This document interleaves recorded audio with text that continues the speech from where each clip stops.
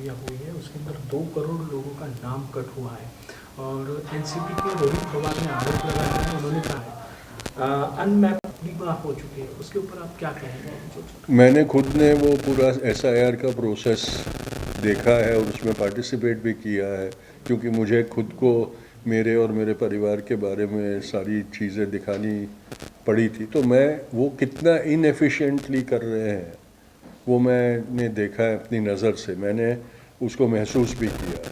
तो मैं जानता हूँ कि ये प्रोसेस बिल्कुल एफिशिएंट नहीं है और नागरिकों से वोटिंग का अधिकार छीन लेने के प्रोसेस को इससे बेहतर तरीके से चलाया जाना चाहिए था। ये चुनाव आयोग की इसमें लापरवाही और सरकार की इसमें एक क्रिमिनल मंशा दिखाता है। मैं इसको क्रिमिनल इसलिए बोल रहा हूँ कि नागरिकों से वोट का अधिकार छीनना यानी डेमोक्रेसी में एक बहुत बड़ा क्राइम है। अंत पॉलिटिकल यानी इलेक्टोरल राजनीति में नहीं होता, ये भी हमने समझना बहुत ज़रूरी है। हमको हमेशा ये लगता है कि भाई चलो अभी बहुत अच्छा काम कर दिया, सोशल काम कर दिया, आप एमपी बन जाओ, एमएलए बन जाओ, ये बन जाओ, वो ज़रूरी नहीं है। जंतर मंतर का सबसे बड़ा जो अगर कोई संदेश है तो ये है कि तुम्हें बदलाव लाने के लिए पद की ज़रूरत नहीं है, और ये उन्होंने प्रूव करके दिखाया। अभी जो सम्मेलन होने जा रहा है इसमें आप जेन जी युवाओं को गांधी जो विचार है हाँ, वो कहना चाहते हैं या बिल्कुल समझाना चाहते हैं, किस तरह से होगा? वो अलग अलग माध्यम उन्होंने बताया कि हम सारे जो माध्यम अभी युवा पीढ़ी के साथ पॉपुलर है उनका इस्तेमाल करेंगे संदेश को वहाँ ले जाने के लिए। हमको शायद जेन जी की भाषा सीखनी पड़े, वो सीखेंगे। लेकिन आज के युवा को गांधी विचारों की सही मानों में ज़रूरत है, क्योंकि आज का युवा जो है आक्रामक ज़्यादा नजर आता है। जंतर मंतर पे आक्रामक दिखा, लेकिन गांधी विचार का ही आक्रमण कर रहे थे वो, तो मुझे तो विश्वास है। थोड़ा हटके नक्सलों को पहचानना होगा और दिमागी नक्सलों को आइसोलेट करना होगा, क्या कहेंगे? दिमाग वालों से जो वो डरते हैं उसका वो उदाहरण था, और इसीलिए उन्होंने दिमाग वाले लोगों को टारगेट किया है। और ये घृणा की राजनीति का एक और पहलू है कि वर्ग हमारे समाज में हर तबके को, जो जिस तबके से उनको खतरा लगता है उसको टारगेट बनाना, उनके सरों पे बुलजाई पेंट करना, ये काम वो कर रहे हैं। ये प्रधानमंत्री को शोभा नहीं देता। अभी जो है कांग्रेस जनता पार्टी ने स्कूल सुधारो आंदोलन शुरू किया। बिल्कुल, किस तरह से देखते हो? बहुत ज़रूरी है। 4 दिन में 2 स्कूल रिपेयर होना शुरू हो गए। बहुत ज़रूरी है, बहुत ही ज़रूरी है। स्कूल सुधारों का जो आंदोलन किया है कांग्रेस जनता पार्टी की, मैं ये प्रशंसा करूँगा कि उन्होंने प्रश्नों को एक डायरेक्ट एक्शन में बदल दिया है और सिर्फ प्रश्न नहीं पूछ रहे उसके लिए। और दूसरा कि वो लोग समाज में एक चेतना जगा रहे हैं कि आपका प्रश्न है, आप ही उसको उठा और आप ही इसी के लिए लड़ो। और इसीलिए जन अल्फा आज हमको दिखाई दे रहा है कि जो कलेक्टर को बुला रहा है कि इधर आओ, हमारी स्कूल देखो और तुम्हारे बच्चों को भेजो हमारी स्कूल में, फिर हम देखते हैं। तो ये जो परिवर्तन हुआ है वो बहुत ही ज़रूरी चीज़ है। जंतर मंतर को लेकर किरण, जंतर मंतर के आंदोलन में एक भी आदमी की मौत नहीं हुई है, किसी की हड्डी भी नहीं टूटी है, ना कोई सीरियसली हॉस्पिटल में इंजर्ड हुआ है। खामखा लोग जो है पुलिस को और वहाँ के प्रदेश को बदनाम कर रहे हैं, जबकि उनकी तारीफ होना चाहिए पुलिस की वजह से। जी बिल्कुल, ये वहाँ जंतर मंतर पे जो सत्याग्रह कर रहे थे उनके संयम का उदाहरण है कि उन्होंने कोई ऐसा काम नहीं किया जिससे पुलिस को जस्टिफिकेशन मिले कि वो हिंसा करे। पर वो, मैं समझता हूँ वो एक लड़की की मौत हुई, वो अब बता रहे हैं कि मेडिकल कॉम्प्लिकेशन से हुई, लेकिन वो कॉम्प्लिकेशंस बने तो उसके ऊपर जो प्रहार किया गया उसी से हुआ था। रिज्जू जी ने ऐसे विधान नहीं करने चाहिए, वो एक केंद्रीय मंत्री है, पर उनकी भी मजबूरी है, उनको सरकार बचानी है, तो वो सरकार का बचाव पक्ष तो बनेंगे। क्या आप मानते हैं कि ये प्रदर्शन परिवर्तन का शुरुआत है? परिवर्तन की शुरुआत हमेशा ऐसी ही चीज़ों से हुई है। हिंदुस्तान की आज़ादी के रूप में भी अगर देखें तो आज़ादी का सबसे पहला कदम, अगर हम सिर्फ सत्याग्रहवादी आज़ादी मूवमेंट को देखें, 1857 को ना हम गिने तो भी चंपारण का किसान सत्याग्रह जो हुआ उसने हिंदुस्तान को ये एहसास दिलाया कि अंग्रेज़ों के खिलाफ लड़ा जा सकता है। तो वही जंतर मंतर, आज का चंपारण जंतर मंतर। आपको क्या लगता है कि कांग्रेस जनता पार्टी में राजकीय पक्ष बोल के सामने आना चाहिए? वो उनका फैसला है, वो उन्होंने, मुझे विश्वास है कि वक्त आने पर वो लोग फैसला लेंगे। अभी जो क्या आपको लगता है कि आज भारत में गांधी के विचारों को केवल प्रतीकों और स्मारकों तक सीमित किया जा रहा है? वो हो रहा था, आज तक वो वही हो रहा था कि प्रतीकों और स्मारकों में उसको सीमित कर दिया गया था। स्वच्छ भारत अभियान देखे तो बापू का चश्मा था, लेकिन बापू की जो स्वच्छता की कल्पना थी कि स्वच्छता आंतरिक पहले हो और फिर बाह्य स्वच्छता के ऊपर हम ध्यान दें, तो वो आंतरिक स्वच्छता के ऊपर कोई ध्यान नहीं दे रहा था। लेकिन जंतर मंतर के बाद अब ये लग रहा है कि जेन जी ने गांधी नाम को छोड़कर गांधी तत्व को अपनाया। राजनीतिक भाषणों में धर्म और जाति के बढ़ते इस्तेमाल को आप लोकतंत्र के लिए किस तरीके से देखते हैं? बहुत बड़ा खतरा, बहुत ही बड़ा खतरा, क्योंकि घृणा की राजनीति आज सक्सेसफुल होती हुई दिखाई दे रही है और इसलिए हर दूसरे दिन घृणा का और निचला स्तर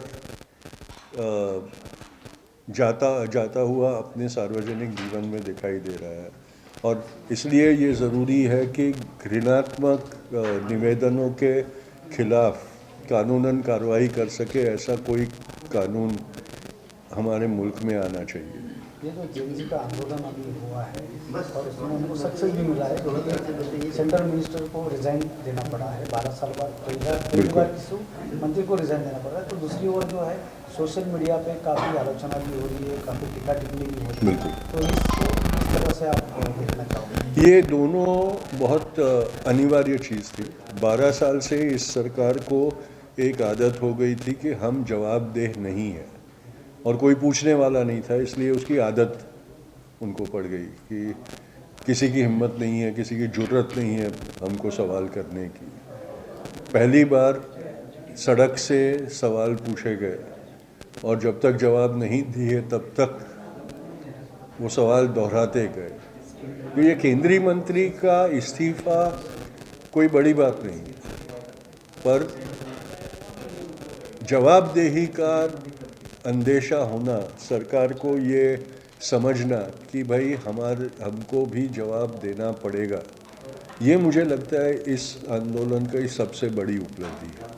अभी मोदी जी ने जो है लाल किले से जब भाषण दिया था उसका था, आज तक वो वही हो रहा था कि प्रतीकों और स्मारकों में उसको सीमित कर दिया गया था। स्वच्छ भारत अभियान देखे तो बापू का चश्मा था, लेकिन बापू की जो स्वच्छता की कल्पना थी कि स्वच्छता आंतरिक पहले हो और फिर बाह्य स्वच्छता के ऊपर हम ध्यान दें, तो वो आंतरिक स्वच्छता के ऊपर कोई ध्यान नहीं दे रहा था। लेकिन जंतर मंतर के बाद अब ये लग रहा है कि जेन जी ने गांधी नाम को छोड़कर गांधी तत्व को अपनाया। राजनीतिक भाषणों में धर्म और जाति के बढ़ते इस्तेमाल को आप लोकतंत्र के लिए किस तरीके से देखते हैं? बहुत बड़ा खतरा, बहुत ही बड़ा खतरा, क्योंकि घृणा की राजनीति आज सक्सेसफुल होती हुई दिखाई दे रही है और इसलिए हर दूसरे दिन घृणा का और निचला स्तर जाता हुआ अपने सार्वजनिक जीवन में दिखाई दे रहा है। और इसलिए ये ज़रूरी है कि घृणात्मक निवेदनों के खिलाफ कानूनन कार्रवाई कर सके ऐसा कोई कानून हमारे मुल्क में आना चाहिए। ये जो जेन जी का आंदोलन अभी हुआ है और उसमें उनको सक्सेस भी मिला है कि एक सेंट्रल मिनिस्टर को रिज़ाइन देना पड़ा है 12 साल बाद, पहली बार किसी मंत्री को रिज़ाइन देना पड़ रहा है। तो दूसरी ओर जो है सोशल मीडिया पे काफ़ी आलोचना भी हो रही है, काफ़ी टीका टिप्पणी भी हो रही है, तो इसको किस तरह से आप देखना चाहोगे? ये दोनों बहुत अनिवार्य चीज़ थी। 12 साल से इस सरकार को एक आदत हो गई थी कि हम जवाबदेह नहीं हैं और कोई पूछने वाला नहीं था, इसलिए उसकी आदत उनको पड़ गई कि किसी की हिम्मत नहीं है, किसी की जुर्रत नहीं है हमको सवाल करने की। पहली बार सड़क से सवाल पूछे गए और जब तक जवाब नहीं दिए तब तक वो सवाल दोहराते गए। तो ये केंद्रीय मंत्री का इस्तीफा कोई बड़ी बात नहीं, पर जवाबदेही का अंदेशा होना, सरकार को ये समझना कि भाई हमको भी जवाब देना पड़ेगा, ये मुझे लगता है इस आंदोलन की सबसे बड़ी उपलब्धि। अभी जो है भाषण दिया था उस टाइम उन्होंने कहा था कि दिमागी नक्सलों को पहचानना होगा और दिमागी नक्सलों को आइसोलेट करना होगा, क्या कहेंगे? दिमाग वालों से उन्होंने, मुझे विश्वास है कि वक्त आने पर वो लोग फैसला लेंगे। अभी जो सम्मेलन आप लेना जा रहे हैं, पर हर चीज का अंत पॉलिटिकल यानी इलेक्टोरल राजनीति में नहीं होता, ये भी हमने समझना बहुत ज़रूरी है। हमको हमेशा ये लगता है कि भाई चलो अभी बहुत अच्छा काम कर दिया, सोशल काम कर दिया, आप एमपी बन जाओ, एमएलए बन जाओ, ये बन जाओ, वो ज़रूरी नहीं। जंतर मंतर का सबसे बड़ा जो अगर कोई संदेश है तो ये है कि तुम्हें बदलाव लाने के लिए पद की ज़रूरत नहीं, और ये उन्होंने प्रूव करके दिखाया। अभी जो सम्मेलन होने जा रहा है, इसमें आप जेनजी युवाओं को गांधी जो विचार है, हाँ, वो कहना चाहते हैं या उनको समझाना चाहिए, किस तरह से होगा वो? अलग अलग माध्यम उन्होंने बताया कि हम सारे जो माध्यम अभी युवा पीढ़ी के साथ पॉपुलर है उनका इस्तेमाल करेंगे इस संदेश को वहाँ ले जाने के लिए। हमको शायद जेनजी की भाषा सीखनी पड़े, वो सीखेंगे। लेकिन आज के युवा को गांधी विचारों की सही मानों में ज़रूरत है, क्योंकि आज का युवा जो है आक्रामक ज़्यादा नज़र आता है। जंतर मंतर पे आक्रामक दिखा, लेकिन गांधी विचार का ही आक्रमण कर रहे थे, तो मुझे तो विश्वास है। थोड़ा हटके सवाल है लोकतंत्र पे। पश्चिम बंगाल के बाद अब महाराष्ट्र में जो एसआईआर की प्रक्रिया हुई है उसके अंदर 2 करोड़ लोगों का नाम कट हुआ है और एनसीपी के रोहित पवार ने आरोप लगाया है। उन्होंने कहा है कि जो बीजेपी की विचारधारा से सहमत नहीं है ऐसे लोगों का नाम उसमें से कट हुआ है। अनमैप के नाम पे या एनोमली के नाम पे और 20 लाख वोट कट सकते हैं, यानी total 2 crore 20 lakh vote demand हो चुकी है। उसके ऊपर आप क्या कहेंगे? मैंने खुद ने वो पूरा एसआईआर का प्रोसेस देखा है और उसमें पार्टिसिपेट भी किया है, क्योंकि मुझे खुद को मेरे और मेरे परिवार के बारे में सारी चीज़ें दिखानी पड़ी थी। तो मैं वो कितना इनएफिशिएंटली कर रहे हैं वो मैंने देखा है अपनी नज़र से, मैंने उसको महसूस भी किया। तो मैं जानता हूँ कि ये प्रोसेस बिल्कुल एफिशिएंट नहीं है और नागरिकों से वोटिंग का अधिकार छीन लेने के प्रोसेस को इससे बेहतर तरीके से चलाया जाना चाहिए था।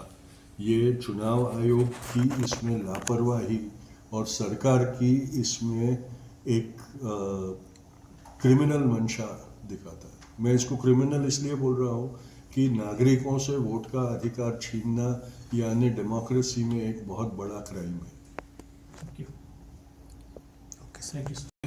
दिमाग वाले लोगों को टारगेट किया है और ये घृणा की राजनीति का एक और पहलू है कि वर्ग हमारे समाज में हर तबके को, जो जिस तबके से उनको खतरा लगता है उसको टारगेट बनाना, उनके सरों पे बुलजाई पेंट करना, ये काम वो कर रहे हैं। ये प्रधानमंत्री को शोभा नहीं दे। अभी जो है कांग्रेस जनता पार्टी ने स्कूल सुधारो आंदोलन शुरू किया, किस तरह से देखते हो? क्योंकि बहुत ज़रूरी है। 4 दिन में 2 स्कूल रिपेयर होना शुरू हो गए।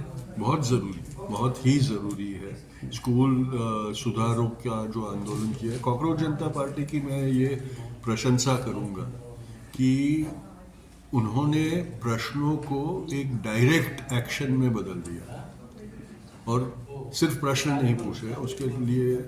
और दूसरा कि वो लोग समाज में एक चेतना जगा रहे हैं कि आपका प्रश्न है, आप ही उसको उठाओ और आप ही इसी के लिए लड़ो। और इसीलिए जन अल्फा आज हमको दिखाई दे रहा है कि जो कलेक्टर को बुला रहा है कि इधर आओ, हमारी स्कूल देखो और तुम्हारे बच्चों को भेजो हमारी स्कूल में, फिर हम देखते हैं।